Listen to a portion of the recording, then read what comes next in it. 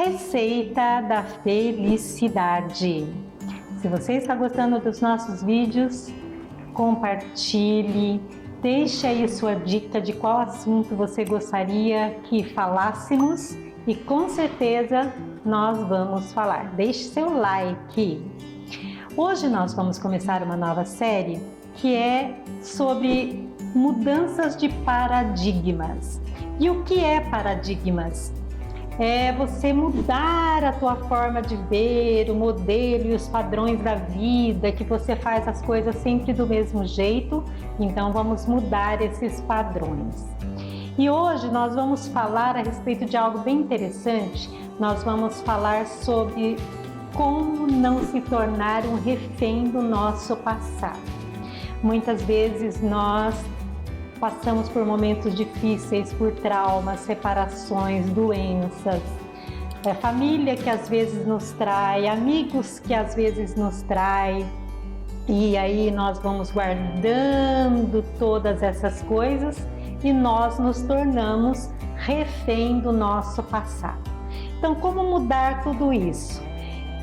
Deixar de ser um inimigo de si mesmo, deixar de fazer as coisas da mesma forma. Você não está feliz com aquela forma de ser, mas também você não consegue mudar a forma de ser. Se torna um refém. Então a primeira coisa é vamos mudar o discurso, a nossa forma de falar, contar as mesmas histórias tristes sempre. Que tal começar a mudar tudo isso? E entender que a vida, nada acontece por um acaso, mas tudo se torna uma grande lição para nós. Entender que isso é uma coisa bem bacana. E hoje eu quero contar uma história bem legal. Eu amo as histórias do Manual da Vida porque elas contam a nossa própria história. Uma certa vez tinha uma mulher muito rica, o nome dela era Sunamita, e ela era uma fazendeira, casada com um homem um pouco mais velho do que ela, e ela era estéril, e ela tinha uma fazenda, e ela era muito assim, bondosa, ajudava todo mundo, e sempre que passava por lá, um profeta de Deus chamado Eliseu e o seu companheiro Geazi, eles paravam ali para tomar uma água fresca e ela oferecia uma refeição. Sunamita tinha um coração muito bondoso. E o que aconteceu? Certa vez, essa mulher falou assim para o esposo dela: vamos construir aqui um quarto, vamos dizer que fosse hoje, né? Uma suíte com banheira, com mesa, com cadeira, para que ele possa, quando passar por aqui, ele ter um lugar para ficar. Olha que delícia, que mulher bondosa, né? E assim ela fez, construiu lá aquela suíte, naquela fazenda, e sempre que Eliseu passava por lá, ele passava dias muito gostosos ali sendo alimentado, tomando aqueles banhos quentinhos, ele e o seu amigo, seu ajudante, o Geazi. E aí Eliseu ficou tão feliz, mas tão contente com aquela situação, que ele falou assim: vamos perguntar para a Sunamita se ela precisa de alguma coisa para que a gente possa fazer por ela em gratidão a tão amorosidade, gentileza dela. Aí o Geazi foi lá perguntar, ela falou: não, eu tenho tudo, eu estou contente. Aí Eliseu, não satisfeito, perguntou assim: mas deve ter alguma coisa na vida dessa mulher que ela precise de alguma ajuda. Aí Geazi voltou e disse assim: ela é estéril.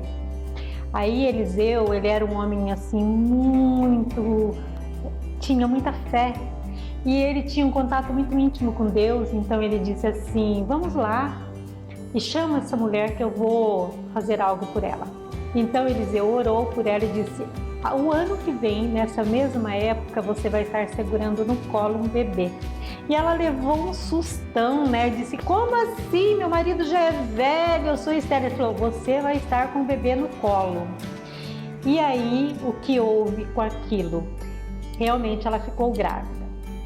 E teve o bebê, e passado-se um tempo, este menino, que já acredito que tinha por volta de 10 anos, por aí, Ele estava com o pai dele lá na fazenda, começou a sentir dor de cabeça. O pai disse para os empregados: leva lá essa criança para a mãe. E chegando em casa, infelizmente, essa criança morreu. E aí, essa mulher chamada Sunamita, ela era tão assim firme nas suas convicções que ela disse: eu vou atrás do profeta. E mandou lá selar um cavalo, que naquela época não era como hoje que nós temos carro, né? Mandou selar um cavalo e falou para o marido: eu vou atrás do profeta. Colocou lá o filho na cama do profeta, no quartinho do profeta, e foi atrás desse profeta, o Eliseu. E chegando lá, no caminho, né, as pessoas perguntavam assim: oi, Sunamita, como vai sua família, seu esposo, o seu filho? Ela falava: tudo vai muito bem. Passava outra pessoa e perguntava: como vai? E ela dizia: tudo vai muito bem. Primeira lição que nós tiramos dessa história. Se depois você quiser ler, está em 2 Reis 4. É bem interessante. E aí, ela dizia: tudo vai bem. É quando, mesmo que as circunstâncias estejam tão difíceis como a gente está vivendo agora, do coronavírus, das doenças, das mortes, nós mantermos dentro de nós uma tranquilidade de saber que tudo vai bem, que no final as coisas vão ficar bem, mesmo diante das perdas. E ela chegando lá falou para ele: viu, eu não pedi filho para você, você orou e esse filho veio, mas agora ele morreu, agora você tem que ir lá ressuscitar. Aí o que aconteceu? Eliseu falou assim pro Geazi, falou: vai lá, leva meu cajado, põe no menino, que o menino vai voltar a viver. Geazi fez e não aconteceu nada. Aí ela falou para ele: não, eu quero a tua presença. Então a segunda lição que nós aprendemos aqui, que o profeta maior chamado Jesus Cristo, Filho de Deus, que veio nessa terra para nos trazer vida, paz, alegria e vida eterna, ele está ao nosso dispor. Quando clamamos a Ele, Ele vem nos atender. Então a segunda lição é: fale com Jesus sobre todas as suas questões, que Ele vai te ouvir.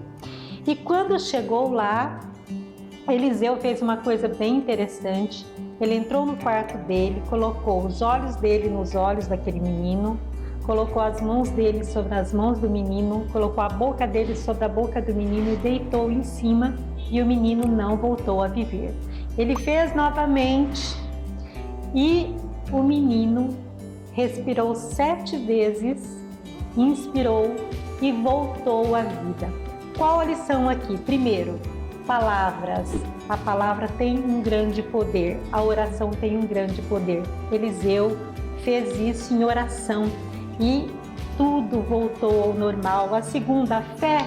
Mesmo diante da morte, das doenças, enfermidades e tanta coisa que está acontecendo com a gente, creia, confia, tenha fé. Veja com os olhos de Deus, toque com as mãos de Deus.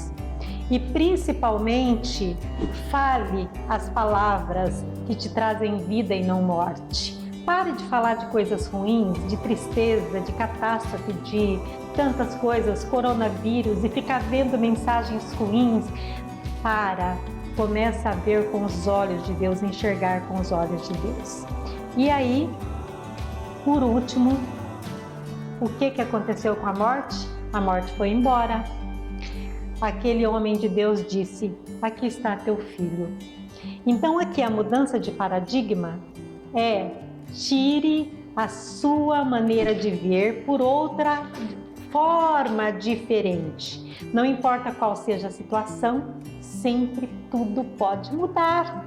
Mesmo que seja morte, tudo pode mudar. Então, se você gostou desse vídeo, compartilha, deixe seu like e acredite, mude os paradigmas, sua forma de ver, porque tudo pode mudar. Beijos!